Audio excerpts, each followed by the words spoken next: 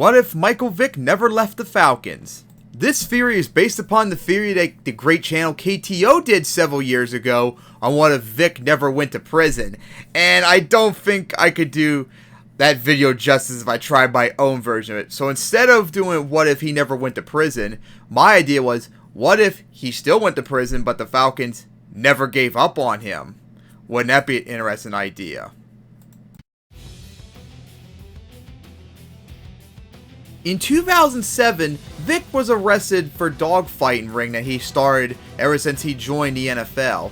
He was sentenced in December 2007. He would serve 23 months. He ended up serving 19 months for good behavior. And when he came out, he would be released by the Falcons. He would also be suspended by the NFL the first 3 preseason games, but more importantly, the first 2 regular season games. And he missed all of 2007, 2008, and the first 2 weeks of 2009. During this 2 years and 2 games, the Falcons moved on from him. They drafted Matt Ryan in 2008, and Vick, when he came back, he would be signed by the Eagles to be their backup, and then the next year, he ended up becoming their starter and having a revival career in 2010 before he finally retired after 2015. But what if the Falcons never gave up on him? That is the theory I'm going to talk about today. What if this happens? What if that happens? What if? An NFL theory. The point of divergence for this was just simply the Falcons just don't give up on him. Because remember, during the time he was in prison, he was still under contract with the Falcons.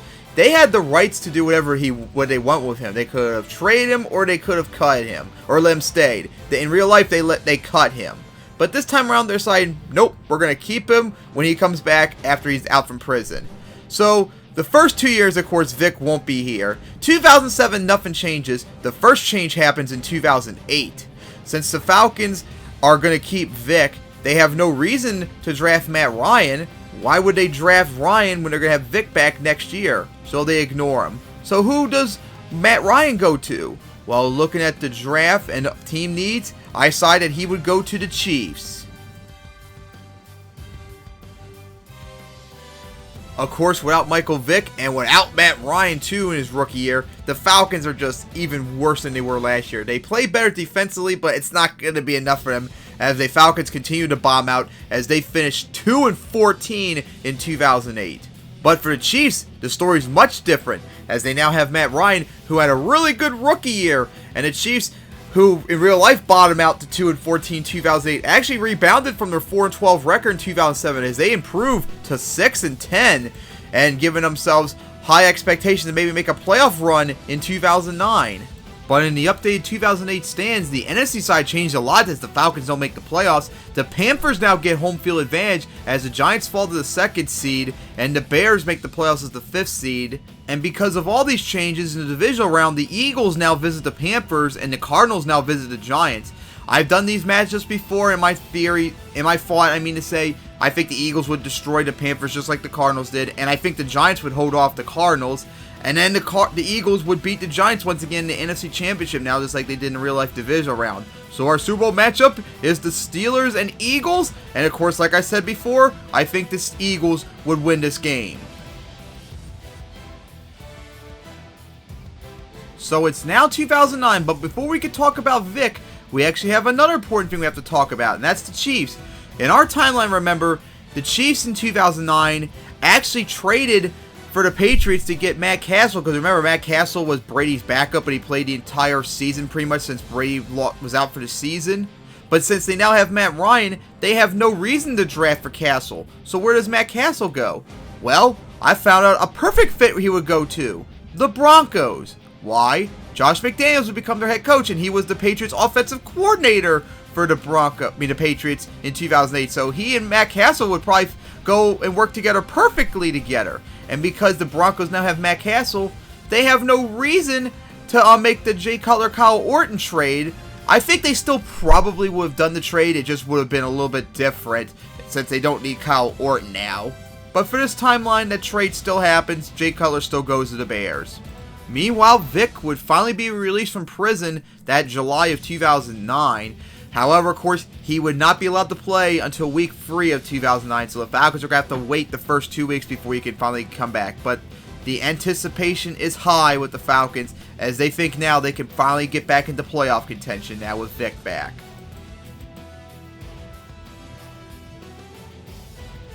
It's 2009, 2 weeks into the season. The Falcons, instead of being 2-0, start off 0-2 as without Matt Ryan or Vick.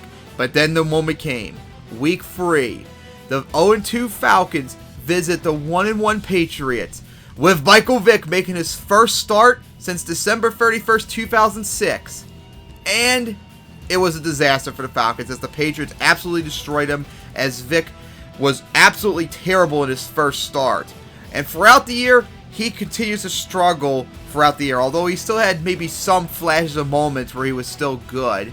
But in the end, the Falcons only improved to 5-11, and the fans are really angry about this. All these years of waiting for this, and they're probably thinking, my God, can you imagine how much better off we would be if we had Matt Ryan right now?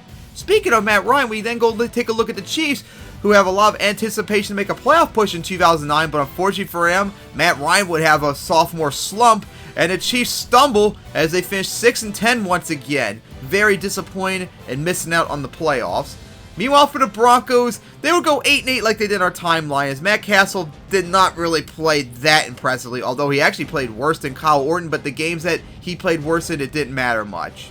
And in the updated 2009 standings, the Steelers take the 6th seed away from the Ravens, and the NFC, the Cowboys and Eagles swap places. But since I think the Steelers will play like the Ravens did in our timeline, and I think the Cowboys and Eagles will play just like they did in our timeline, nothing changes as the Saints still win it all. It's now the 2010 draft, as we got to talk about one thing: Tim Tebow. Since the Chiefs just made the trade to get Matt Castle, they have no reason to go get Tim Tebow now. It would be too pointless for him to do so.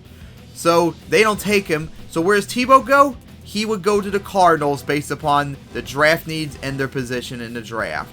Another thing to talk about is the Eagles. Remember, they traded McNabb to the Redskins, which they still do in this timeline, but they only have Kevin Cobb now. And once he goes out with injury throughout the year, the Eagles are just in not good shape, especially without Vick. Still mad about not getting a quarterback possibly in the draft. The Falcons tried to get back into position now with Vick having a whole year back in the offense. And oh my God, it was a massive turnaround. His renaissance in 2010 would fit perfectly with the Falcons as they exploded with the league's #1 offense as they went 13-3, winning more games than they did in the last 3 years combined, and they clinched home field advantage just like they did in our timeline. Meanwhile, with a much better Matt Ryan than Matt Castle was this year, the Chiefs also have a massive improvement as they went 12-4, winning more games they did in the last 2 years combined as they finally make it into the playoffs. Meanwhile, for the Broncos, they continue to struggle. Even though Matt Castle played really good, it wasn't enough for them to improve much as they regressed to 7-9. Meanwhile, Tim Tebow with the Cardinals go nowhere, no change as they finish 5-11 still. And as for the Eagles, without Michael Vick, the offense goes nowhere as the team finishes 6-10 and regresses. In the 2010 update standings, in the AFC, the Patriots still have #1 seed. The Ravens move up to #2 seed. The Chiefs move up to the 3rd seed as the Colts fall to #4, and the Jets fall to go up to the 5th seed as the Steelers fall all the way down to the 6th seed. In the NFC, the Giants now move up to the 2nd seed as the Bears fall to #3, and the Packers move up to the 5th seed and the Saints fall to 6th. But the main game of focus would be in the divisional round of the NFC side as the Packers visit the Falcons. Remember, the Packers visited the Falcons in the divisional round in 2010, and they destroyed the Falcons. But they now have Michael Vick. Would that maybe make a difference? Well, don't forget, too, the Packers played the Eagles with Vick the previous week in the wildcard round, and the Eagles almost did pull it off until Vick threw an interception in the end zone to prevent the comeback. So Vick played better against the Packers than Matt Ryan did. Would that be enough, though? Thinking about it for a bit, I decided it would not be, as Vick would probably lead the Falcons. The game would probably be very close. he would probably be just like the Eagles, lead the downfield to try and take the win, but throw an interception in the end zone, and the Packers still beat the Falcons this time around, and nothing would change in the NFC side. And Super Bowl 45 would now be the Ravens and Packers, as with the Steelers being beaten by the Patriots, the Ravens make it all the way here now. And I think in this matchup, the Steelers were better than the Ravens in our timeline, so the Packers would win this even more handily than they did against the Steelers. In the 2011 season, the Falcons have so much hype, thinking they can now make a Super Bowl run now with Vick at an incredible level, even better than he was when he was with them a few years earlier. But unfortunately for the Falcons, they suffer a slump as Vick was nowhere near as good as he was in 2010, and the defense also takes a step back. The whole team takes an entire step back as they finish 7-9. Yikes, that's not a good record for them. Meanwhile, Matt Ryan also struggled a little bit with the Chiefs to start the year, but they rebounded, and with a much better quarterback too than Matt Castle was in this timeline, they managed to stay into playoff contention as they finished 11-5. Meanwhile, without Tim Tebow and a very bad offense, the Broncos just collapsed to 2-14. And the Cardinals with Tim Tebow improved to 7-9, but not real much progress so far. And the Eagles continue to stumble without a quarterback, as they still keep Kevin Kolb in his timeline since the Cardinals got Tim Tebow, they don't need him, and they go nowhere as they finish 5-11. And in the updated 2011 standings, the Chiefs now are in the playoffs as the 3rd seed, the Texans fall to the 4th seed, and in the NFC, the Lions move up to the 5th seed, and the Bears make the playoffs as the 6th seed. But I don't think anything would change, as it would still be the Giants winning it all. It's now 2012, and we got a whole bunch of things to talk about. First thing is Peyton Manning. Since the Colts still collapse this timeline, Peyton Manning will be let go. But the Broncos are no longer in contention for him, as they're 2-14. They're in desperate need to rebuild, and he wants to win a title, so he's not going to go there. And looking at all the other teams, I side Hal Finn too. He would go to the Cardinals. And once, just like our timeline, the Cardinals would trade Tebow to the Jets. Meanwhile, in the draft, we have a three-way tie between the Colts, Broncos, and Rams now at 2-14. The Colts have the number 1 overall pick. The Broncos are number 2, and the Rams now fall to number 3. The Colts still take Andrew Luck, but the Broncos would take RG3 this time around. And then the Rams, with the 3rd overall pick, consider putting up for trade. And guess who would ring the call? Not the Redskins, it would be the Eagles. As they desperately need a quarterback, they make the trade with the Rams. As with the 3rd overall pick, they take the last remaining quarterback available at this point, Ryan Tannehill. So what happens with the Redskins and Dolphins in this timeline now they don't have RG3 and Ryan Tannehill? They're going to have to deal with whatever they have left. It won't probably matter for the Dolphins much, but for Redskins, oh boy, we know it's going to matter a lot.